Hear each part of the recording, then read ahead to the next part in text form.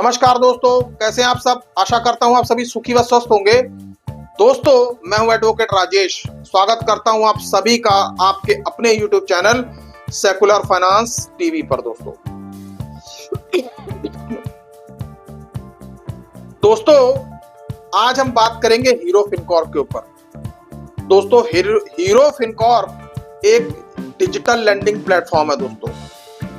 दोस्तों, hero Fincorp unsecured loan के साथ साथ हाउसिंग लोन भी करती है दोस्तों, और भी कई सारे लोन्स करते हैं दोस्तों। लेकिन दोस्तों, अब आज हम बात करेंगे अनसेक्योर्ड लोन के ऊपर कि अनसेक्योर्ड लोन हीरो फिनकॉर्प कैसे देता है, इसका प्रोसेस क्या है, और यदि आप हीरो फिनकॉर्प के लोन का पैसा नहीं चुका पाते हैं दोस्तों, तो फिर आपके साथ क्या हो सकता है दोस्तों, और आपके साथ कौन सी लीगल कॉम्प्लिकेशंस खड़ी हो जाएंगी, और आप उनसे बचाव कैसे कर सकते हो दोस्तों। हीरो फिनकॉर्प का प्रोसेस भी लगभग सेम ही है।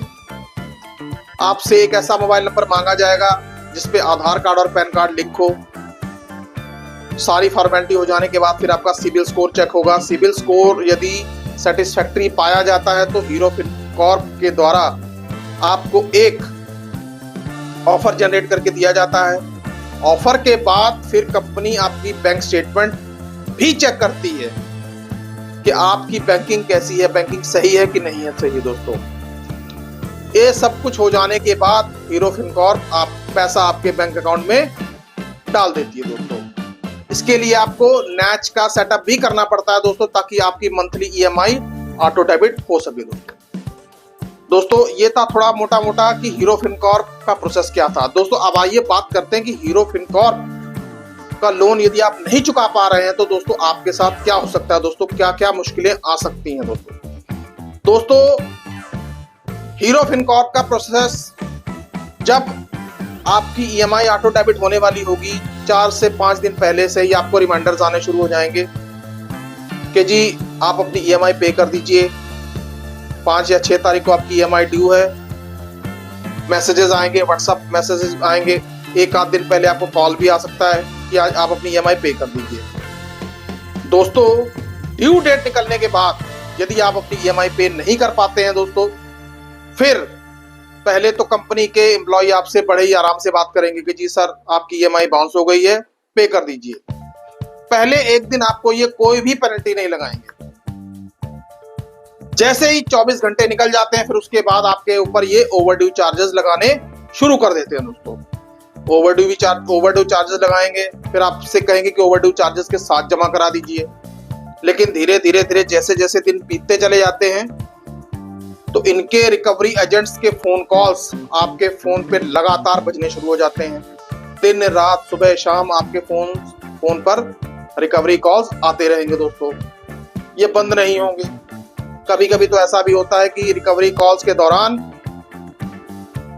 लोन इनके रिकवरी एजेंट्स बहुत ही गलत तरीके का व्यवहार करते हैं, या यूं कह लीजिए अब्यूजिंग भी कर देते हैं, गालियां भी निकाल देते हैं दोस्तों। कई बार लोग ऐसे व्यवहार से परेशान होकर बहुत कुछ कर लेते हैं दोस्तों। यहां तक कि देखने में आया है कि लोग सुसाइड करने तक की भी सोच लेते हैं दोस्तों, जबकि ऐसा करना बिल्कुल गलत है दोस्तों। चूंकि हीरो फिनकॉर्प एक बहुत बड़ा नाम है, डिजिटल लैंडिंग प्लेटफॉर्म है दोस्तों, लेकिन इतना सब कुछ होने के बावजूद भी इनके रिकवरी एजेंट्स जल्दी घर पर नहीं आते दोस्तों। इनके रिकवरी एजेंट्स सिर्फ फोन कॉल पर ही आपसे पैसा मांगते रहेंगे दोस्तों, और आपको कॉल पे हरास करते रहेंगे दोस्तों। ठीक है दोस्तों, हर एक के साथ कुछ ना कुछ हो जाता है। कई बार आदमी पैसा नहीं दे पाता है। आप क्या कर सकते हैं, कंपनी में आप एक मेल लिख सकते हैं दोस्तों, उनको अपनी समस्या बता सकते हैं कि जी मेरे साथ ऐसे ऐसे हो गया, मैं इस वजह से आपको पैसा नहीं दे पाया, लेकिन इन फ्यूचर मैं आपको आपका पैसा दूंगा जरूर। यदि कंपनी आपकी बात सुन लेती है फिर तो ठीक है, ज्यादातर मामलों में कंपनी नहीं सुनती। आपके ऊपर ओवरड्यू का पहाड़ धीरे धीरे खड़ा होना शुरू हो जाएगा, और आपको तरह तरह की धमकियां आएंगी दोस्तों। यही नहीं, व्हाट्सएप के ऊपर भी ऐसे ऐसे मैसेजेस आने शुरू हो जाते हैं कि जी आपके घर पे रिकवरी एजेंट्स आ रहे हैं, कि जी आपके ऊपर FIR भी हो सकती है, आपके ऊपर केस कर दिया गया दोस्तों, व्हाट्सएप टेक्स्ट मैसेज भी आएंगे, व्हाट्सएप के मैसेज भी आएंगे, आपको ईमेल भी आएगी दोस्तों। लेकिन दोस्तों ऐसे में आपने करना क्या है दोस्तों, सबसे पहले बात करते हैं कॉलिंग की। लगातार कॉल्स आने के बाद भी यदि कंपनी के एम्प्लॉय या रिकवरी एजेंट्स नहीं मानते हैं तो आप उनकी कॉल को अटेंड करना बंद कर दीजिए दोस्तों, कॉल्स को उठाना ही बंद कर दीजिए, और जहां तक हो सके कॉल्स को ब्लॉक कर दीजिए दोस्तों। धीरे धीरे धीरे आपके सामने कॉल्स आनी कम हो जाएंगी दोस्तों। फिर दोस्तों आपके व्हाट्सएप पे मैसेजेस आएंगे कि भाई आपके ऊपर FIR हो सकती है, फलाने फलाने पुलिस स्टेशन में हमने आपकी कंप्लेंट करवा दी है दोस्तों सबसे बड़ी बात तो ये है कि कोई भी कंपनी आपके ऊपर लोन रिकवरी के रिगार्डिंग FIR नहीं करवा सकती, क्योंकि दोस्तों जब कंपनी ने आपको लोन दिया था तो कंपनी ने आपके सारे क्रेडेंशियल्स जांच कर सेटिस्फाई होकर लोन दिया था दोस्तों। क्योंकि दोस्तों आजकल किसी की वेरिफिकेशन डिजिटली करना कोई बहुत बड़ी बात नहीं दोस्तों। आधार कार्ड पैन कार्ड डालिए, आदमी का सारा एक्सरे हो जाता है दोस्तों। इस तरह कंपनी ये क्लेम कर ही नहीं सकती कि आपने उसके साथ फ्रॉड किया दोस्तों।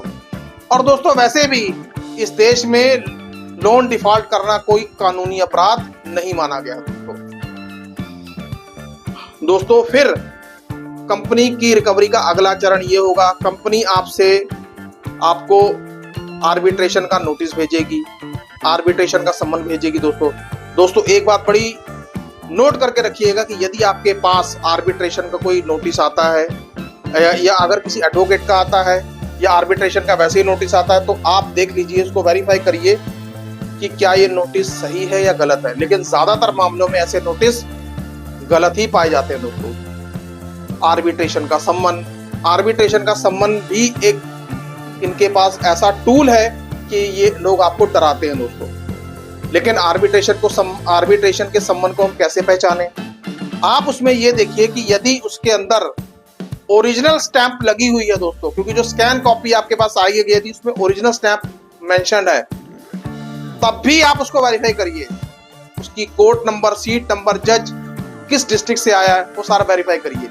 यदि आपको वो डिटेल ना मिले तो समझिए कि वो बिल्कुल फर्जी है दोस्तों, क्योंकि आर्बिट्रेशन का सम्मन हमेशा हार्ड कॉपी में ही आपके एड्रेस पे आएगा दोस्तों। फिर आ जाता है फिर आपको उससे कहेंगे कि भाई हमने आपके खिलाफ केस कर दिया है। कई बार तो ये आपको सम्मन भी भेजेंगे under section 25 of payments and settlement act. लेकिन दोस्तों यदि ऐसा सम्मन आपके पास आ जाता है तो आप ई कोर्ट नाम की ऐप पर जाकर उस सम्मन को प्रॉपर वेरीफाई कर सकते हैं दोस्तों। उस सम्मन की डिटेल उस ऐप पे डाल सकते हैं और आप देख सकते हैं कि क्या वो डिटेल ई कोर्ट में मैच कर रही है कि नहीं कर रही। यदि नहीं कर रही तो आप समझ लीजिए कि आपको सिर्फ डरा रहे हैं और कुछ नहीं कर रहे हैं दोस्तों। कंपनी का येन केन प्रकार ऋण यही होता है कि किसी ना किसी तरीके से पैसा ले लें। लेकिन दोस्तों मैं आपको एक इंपॉर्टेंट बात ये भी कहना चाहता हूं कि यदि आपके पास पैसा आ जाए, आपके पास पैसा अरेंज हो जाए तो कंपनी का पैसा देने में देरी मत कीजिए, क्योंकि देखिए कॉल्स आपको आती रहेंगी, लगातार आपको परेशान होना ही पड़ेगा दोस्तों। हाँ ये अलग बात है कि यदि आप कॉल्स को अवॉइड कर देंगे और बिल्कुल अपना काम पे फोकस रहेंगे तो शायद आप ना भी हो। लेकिन दोस्तों यदि हम मॉरली सोचें तो शायद हमें कंपनी का पैसा दे देना चाहिए यदि हमारे पास आ जाए, क्योंकि जरूरत पड़ने पर कंपनी ने आपकी मदद की थी दोस्तों। अब बात करते हैं कि कंपनी का आगे क्या स्टेप होता है दोस्तों। कंपनी ने आर्बिट्रेशन की, मैंने आपको ये भी बता दिया कि कंपनी आपके ऊपर आर्बिट्रेशन भी कर सकती है दोस्तों। ये आर्बिट्रेशन के नोटिस कैसे आते हैं और इन नोटिस का जवाब दोस्तों मैंने आपको ये भी बता दिया कि आर्बिट्रेशन का नोटिस आए तो उसको कैसे वेरीफाई करना है, कोर्ट की तरफ से सम्मन आ जाए तो उसको कैसे वेरीफाई करना है दोस्तों।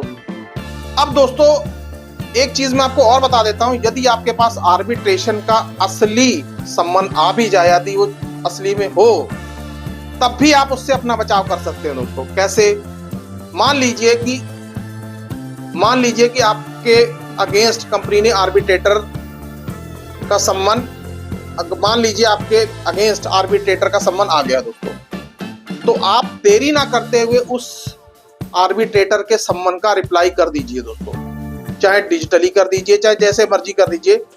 यदि आप आर्बिट्रेशन के सम्मन का डिजिटली रिप्लाई कर देंगे या उस पर ऑब्जेक्शन उठा देंगे तो वो प्रोसेस आपका वहीं का वहीं रुक जाएगा दोस्तों, तो वो प्रोसेस आगे नहीं बढ़ेगा दोस्तों। फिर आगे क्या होगा, आगे मैंने आपको पेमेंट्स एंड सेटलमेंट एक्ट की भी बात बताई। पेमेंट्स एंड सेटलमेंट एक्ट में यदि आपके पास इस तरीके का कोई सम्मन आ जाए और वो सम्मन सही है तो घबराने की जरूरत नहीं है। ऐसे केसेस में 1 दिन के अंदर ही जमानत हो जाती है दोस्तों। बेलेबल ऑफेंस है, आपको 1 दिन में ही बेल मिल जाएगी दोस्तों। हमारे एडवोकेट्स ऑल ओवर इंडिया में है, पैनल पे हैं।